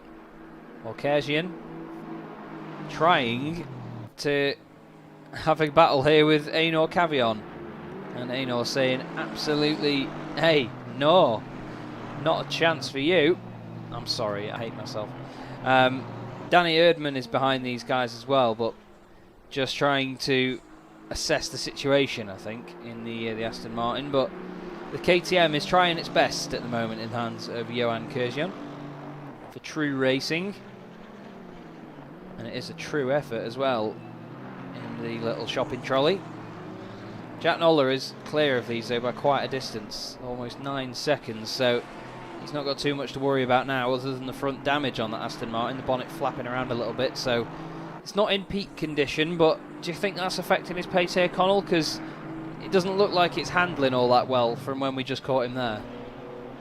Yeah, it will be affecting his pace in some way, shape or form. I mean, we know the quality of Noller, but at the same time GT4 is not as aero dependent as GT3s are, so of course we don't know the extent of the damage. And the horrible thing is, we see a lot of times in racing is that the only person who really knows what problems they're having is the driver themselves. So it'd be interesting to possibly get some feedback from Jack after the race to see the extent of the damage. And this again comes to racing. One of the problems or the challenges that drivers face, you know, having to drive damaged cars or damaged goods that your teammates have left you. You shouldn't expect every time in an endurance race your teammates will leave you the car as they got in it, because chances are it's racing, mistakes are going to be made. So a bit of experience maybe for Jack if he's participating in some of the GT4 Madness races, the one-off races on Thursdays with the SimGrid. Of course, you can check them out and register for them in the simgrid.com, and multiple splits we have available. I'm actually participating in them, Chaz, so that'll be my first races with the SimGrid, not commentating. So nice. Yeah, it'll be interesting to see. I'm really looking forward to it. Well, I'll keep an eye on you and see how you get on, and then I can use that as ammunition if you don't do too well in further races. But If you do well, then obviously we'll have it as added praise on a broadcast. This is one thing for sure, I won't be in split one. this is Sarah Dove for Wild Things in 5th position at the moment, but a 15-second penalty, as you can see on the left-hand side, will be applied to this team. Gregor Schill in the other Porsche, or one of the other 2 Porsches. Vicky Thompson's 7th at the moment. Gregor Schill is in 12th place. He has a 5-second penalty. But the field a little bit spread out now. The gap from 1st to 2nd is still 4 seconds between Jasmine Akiko and Sebastian Handler. So Sebastian trying. He's very, very optimistic, it seems. And, well, you have to be to go chasing for a race win. The gap now down to 3.5 seconds. So he's taken half a second out of Jasmine Akiko last time round. 6 minutes and 40 seconds left in this race, and it could all come down to the wire if he keeps this pace up here.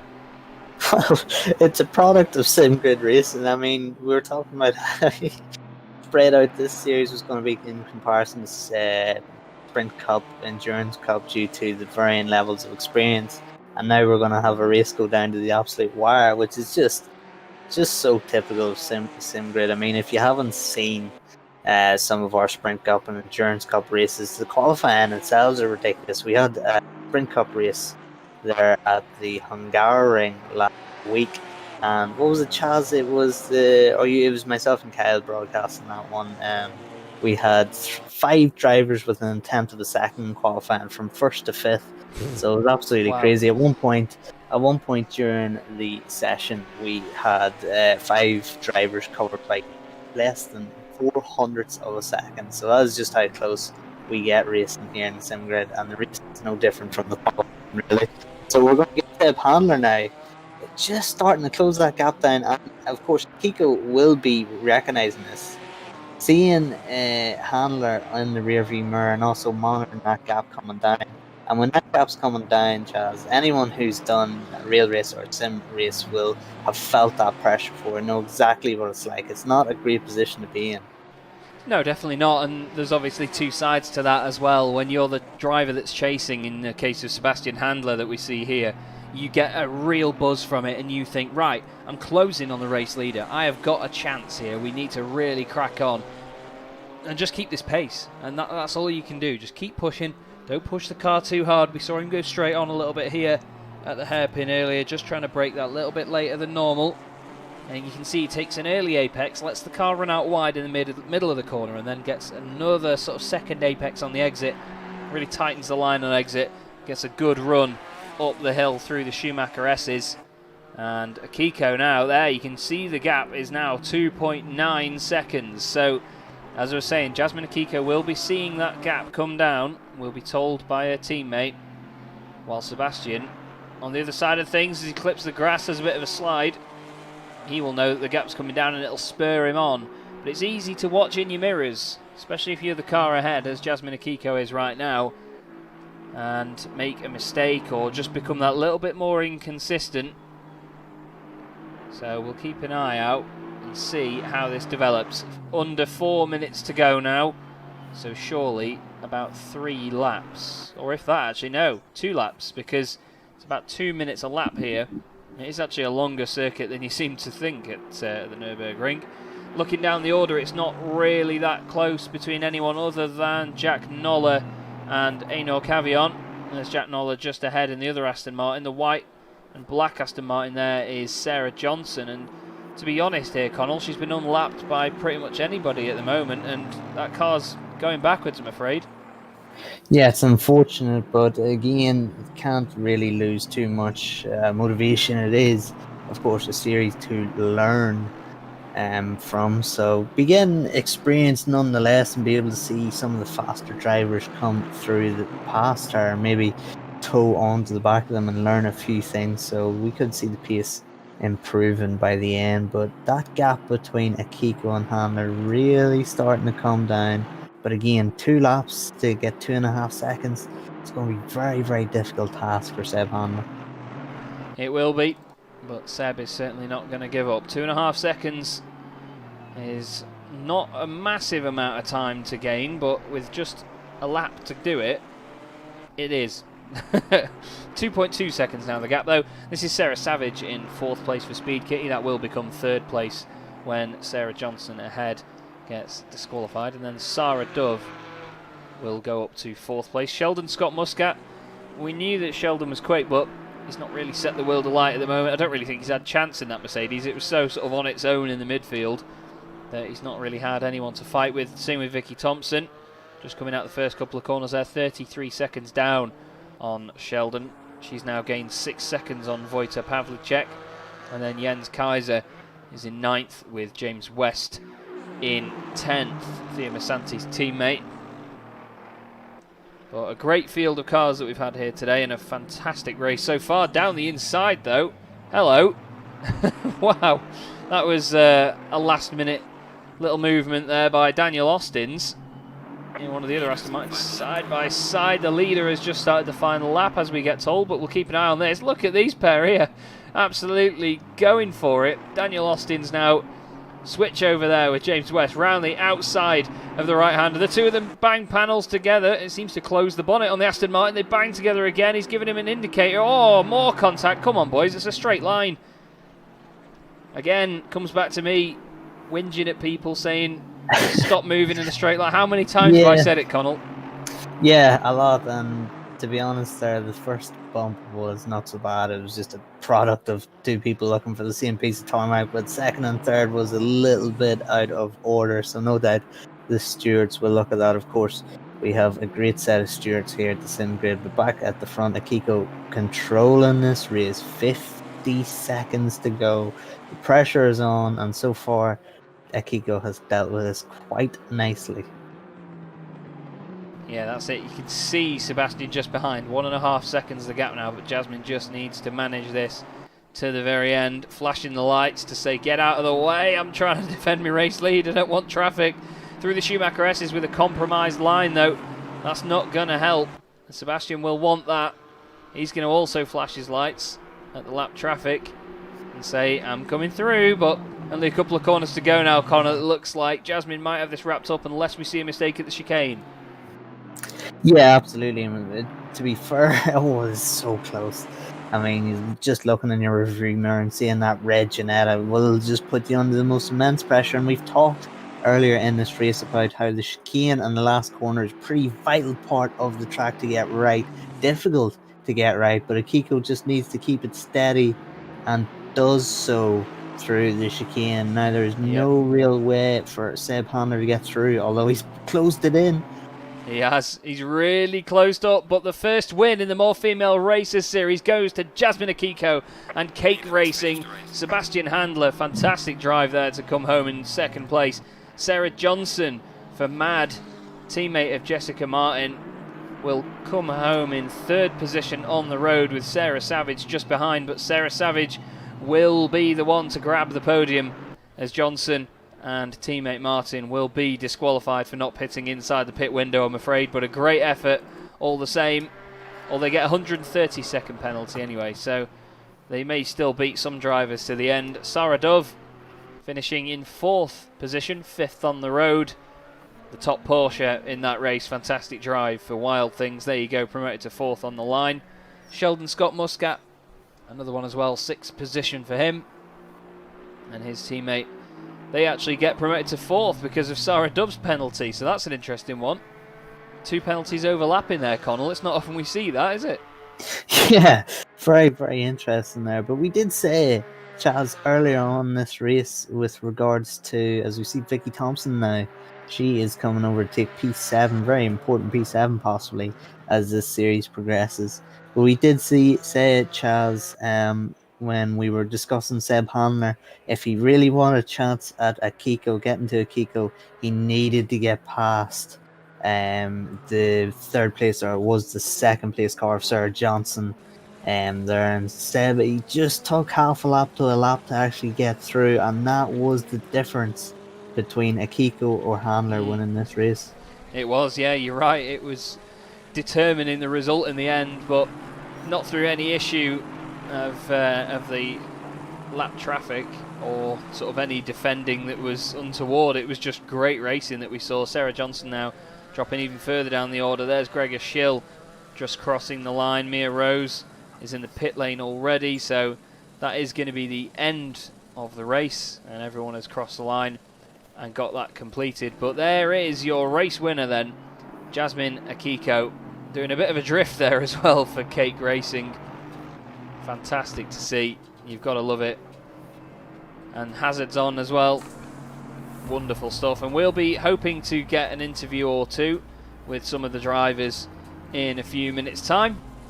But what a brilliant race we've had there, fantastic first round of the season, and I'm very excited to see how these drivers develop over the course of the season and how the series goes as well, because this has been a great way to get the cork out of the bottle and start things off, hasn't it, Connell? Yeah, really. I mean, for those who've maybe joined the broadcast a little later, we're dealing with people, as we see Gregor Schill and guys like that, and Muscat and Noller. We've seen these drivers throughout the course of the sim grid be there at the sharp end. Then we have some of the female drivers who've actually only been driving on a sim rig for a matter of weeks. Yes, really, weeks driving the sim rig, and have only actually been playing a set of course of competition for merely a week. When I was speaking to them last weekend, I was having a chat with a few of them doing the Brands Hatch Invitational practice session.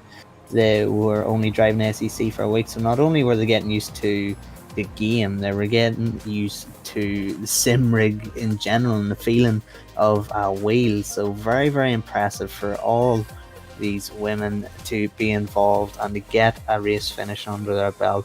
And there's no doubt, I mean, if you go back, for anybody in the broadcast that would consider themselves experienced sim racers, go back to the very start, cast your minds back to the very start of your sim racing journey and think about your pace then compared to your pace now, and you will see that these women will improve big time as this series progresses. Indeed, and what a fantastic first round we've had. Great race here at the Nurburgring Grand Prix circuit. The GT4 cars once again showing us just how exciting they can be. And this has been a lot of fun. We're nearly at the 100 likes mark, so if everyone can please, anyone that hasn't liked the video yet, we're on 96. Please do get us over that mark. We've got 202 people watching at the moment, so thank you everybody that has been watching. Make sure you subscribe as well. I've been Chaz Draycott with Connell Courtney in the box with me as well. We're just going to wait for a couple of drivers to come in for an interview, and we'll see who we can have a chat with. And there you can see the grid from earlier, I believe. No, it's not the grid from earlier actually, it's just sort of sorted itself out as the practice session. Love it, absolutely love it. Well, we'll have to see then who we can have a word with, and the first one that we'll drag in after that then, our very first interview of the season. Alice Horton joins us in the chat. Alice, how are you doing this evening? You alright? Yeah, a little bit sweaty, but we did okay. We came through in the end. How did you find that race overall then? Did you think that the standards were good, and was it enjoyable? Yeah, it's going to be one hell of a championship going forward. Everyone's got really good pace. We didn't quite have the same pace we had in practice. I don't know if it was the track temperatures. But yeah, going forward, I think it's going to be really close between the top four. And what do you make of the other circuits that are on the calendar as well? Are they circuits that you've got much experience with, or are they all sort of quite new to you and you need to get a bit of practice in? We're looking really good for Hungaroring. The other two, we'll see. Well, it's going to be exciting to see all the same. What have you made of the GT4 cars as well? Because I was saying partway through the broadcast, I know that they're not the easiest bits of kit to drive, really, are they? They look a lot more tame than they are.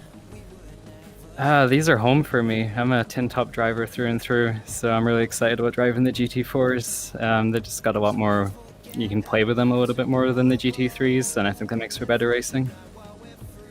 Well, it certainly looks like they do. The battles on track were very fierce. Is there anyone you've got your eye on for the rest of the season that you think you'll be battling with on track? I think it's us and Jessica Martin from here on. She's got incredible pace, and we're going to be doing the same stints together, so we'll be watching her pretty closely. Well, thank you very much for joining us this evening then. It was good to speak to you. And is there anybody that you would like to give a shout out to while you're on stream? Shout out to Alice and Sam. They were watching the stream all the way through, kept me going, put me under pressure too. Thank you. Smashing. Well, thank you very much for joining us, Alice, and we will speak to you next week. Absolutely. Thank you. Cheers. Right then, next up then, we will have Ava and Seb Handler together, who finished overall in P2 in that one. Ava, we'll start with you. How did you find the first race of the championship this evening? Who should answer first? Ava, please, if possible. Yeah, Okay. it's the first race where I start that high on the leaderboard. I think I did not my best quality time, but it was really cool. My stint was really great, consistent, and then Sebastian gave up the P2. Yeah, Sebastian, just near the end of that race there, we saw that you were really closing in on that race leader, but not quite getting there. Did you think that it was the battle trying to get past Sarah that slowed you down in that one? Yeah, that slowed me down for sure a little bit. You could blame it on anything, but they deserved the win, honestly. Yeah, it was. Could blame it on just any traffic or the battle with Sarah. Whatever, they deserved it. It was a great race. Yeah, I was just about to say, what did you think of the event overall? Do you think it's going to be a very closely contested season, or are there some that you've got your eye on that could run away with it? There's good competition in the front. Sarah's car would have been really strong as well, until stuff went wrong for them, unfortunately. I think it's going to be good competition in the front. There's a lot of cars that are still a little bit slower, but might be like the first time racing or whatever. I'm looking forward to a lot of improvement from the other cars. But the competition in the front is already great, so I'm looking forward to more of that. Yeah, it should be really, really good. And just final thoughts then. Ava, anyone you want to give a thank you to while you're on stream? Yeah, I don't know if he's watching, but I'd like to thank Guillaume from the Team GTR3, because he was my instructor for a long time, and I learned a lot of him, and Sebastian too. But yeah, I think that's because of them that I have the pace to be fourth for this first race.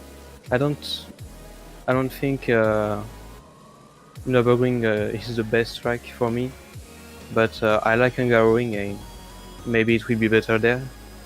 Well, we certainly do look forward to it. Sebastian, anybody you want to give a thank you to as well? I don't have anybody in mind at the moment. Sorry. No problem, mate. I don't know. No problem. It was a good stint by Ava. Cracking. Good stuff. That's all I can say. Brilliant. Well, good to speak to you both. Thank you very much, and we will see you next week at the Hungaroring. Thank you. Thank you. See you. Cheers. Sebastian there and Ava. And moving very quickly on then, we will speak to Josie Austin, who, well, was in the all-female race-winning car in the end of that one with, well, what me and Connell have dubbed our favourite team name. Josie, how did you find that one then for the first round of the season? Starting the championship off with a win is a belting way to do it, isn't it? Hi, yeah, good evening. It was amazing. We thought that we were sort of on for a podium. Yeah. But I think we kept a clean race.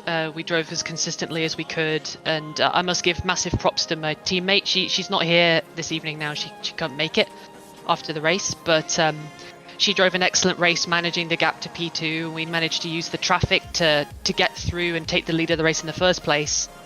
An absolute exemplary performance from her, and I'm just really glad that I was able to keep it on track, just stay steady in P2 and give us the opportunity to shoot for the win.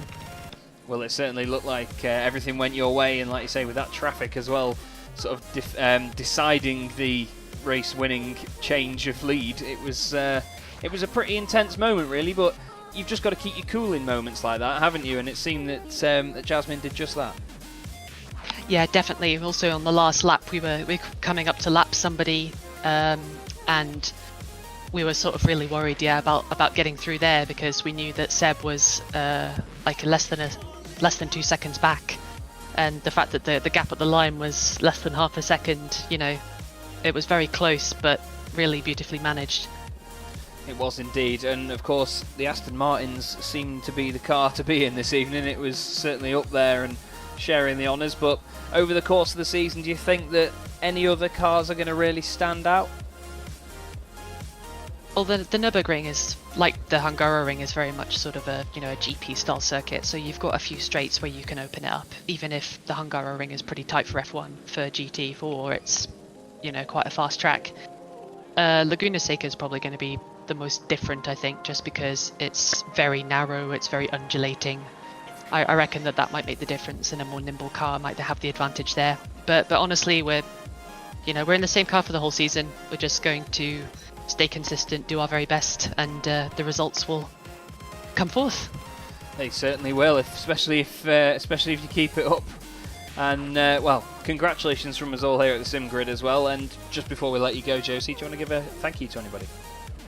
Well, actually, I want to say thank you firstly to all the organisers for being absolutely amazing managing the servers, and also to you lot here at the broadcasting team for putting on a great stream for everyone.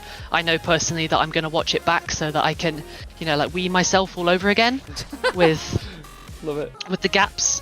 So yeah, absolutely amazing. Big thank you as well to my teammate Jasmine, who's not here, but absolutely great driving from her. And I'll say thanks as well to my wife Wendy, because she's just brought me a cup of tea. Yes, you. Thank you. I'm going to enjoy this cup of tea now. Tea and cake as well for cake racing. That's pretty That's amazing. right. Yeah. Love it. Team Cake are the best. Thank you very much. Not a problem. Good to speak to you, Josie, and we'll see you next week. Cheers. Cheers. A great character there, Josie Austin. And the final interview of the evening that we will take out here is Sarah Johnson. Sarah, I know that things didn't quite go your way there in terms of the pit window, but that was a feisty battle up front, wasn't it, for the lead? There was a lot of you all going. Absolutely, it was interesting. It was interesting until we realised with 30 seconds left that we should have pitted. Yeah, we did see. I saw Jessica going across the line, and I thought, have they already pitted? Has the name just not changed on the timing tower on the left? And it was like, no, they haven't. And then from there, you just sort of know that the race is downhill. But fair play, because you at least carried on. And I mean, you had to sort of use it as an exercise of pace, I imagine, for the second half of that race, because you wanted to see where you were in comparison to the others. Is that right? Absolutely. I mean, it was all about that, Jess had set a astonishing pace in the first stint, and I was thinking, oh my God, am I going to keep up with this? And I thought, well, okay, we realised our mistake with 28 seconds to go, and she just started the next lap, and we thought, well, let's just go for it. Let's see, what we can do. So it was just, so petrifying, really. Sorry, I'm hearing myself back through the stream. Apologies. Well, it was still a good race, though, and I know that yourself and Jessica are going to have some fantastic pace over the rest of the season. Is there any specific round that you're looking forward to? Every single one is just absolutely, just a stunning series. It's so good to see so many female drivers in here, and the support is amazing. It's just the best series I've been in, and I've raced with plenty of boys, and yeah, Love it. This is just the best so far. Cracking. Well, very well done today. I know it, like you say, the result didn't come through, but still, you showed that you can do it on the road, which is all good. Anyone you want to give a thank you to before we let you go? I want to thank the Sim Grid. I want to thank Taya Mazzanti. Is it Taya Mazzanti? Thea? I'm not quite so sure on the I still don't know how to pronounce it either, don't worry. But I'm going to go with Taya Mazzanti because she's French and French is cool. And my French is rubbish. But thank you to everybody involved with the Sim Grid, and let's just roll on to round 2. Bring it on. Definitely. Well, good to speak to you, Sarah. Thank you very much, and we will see you next time round. Thank you. Thanks to Jess as well. Thank you, Jess. Brilliant stuff. Well, there we go then. Interviews wrapped up, race wrapped up, and, well, Connell, for the first event of the season, we were treated to an absolute belter of a race there. I can't wait for the next one. Yeah, and even Seb will be desperate to get that W next time out of course. So will other teams that have just started to get dialed in to for many teams it's their first real league race. So thank you very much to everyone for watching. I'm sure Chaz has more for you in store for the 164 people still watching. Thank you very much everyone who's staying involved. Yes, indeed. Thank you, everyone that has watched so far. Don't forget, if you do follow the SimGrid or Teo Misanti on Instagram, you can be entered to win some sim racing hardware from VGrid for just basically voting for overtake of the race. So make sure you do that. There is a new video premiere from Thea as well, which you will see in the YouTube comments. Well, thank you, everybody, for watching. Sorry, it was V-Rig, not V-Grid. My bad. I got some of the letters right. I've been Chaz Draycott. Michael Hamlet has been doing all of the information and everything behind the scenes, so thank you, Michael. Connell Courtney, pleasure to work with you as always in the booth. This has been the SimGrid More Female Racers, round 1 from the Nurburgring. We will see you in a week's time at the Hungaroring. Have a good evening.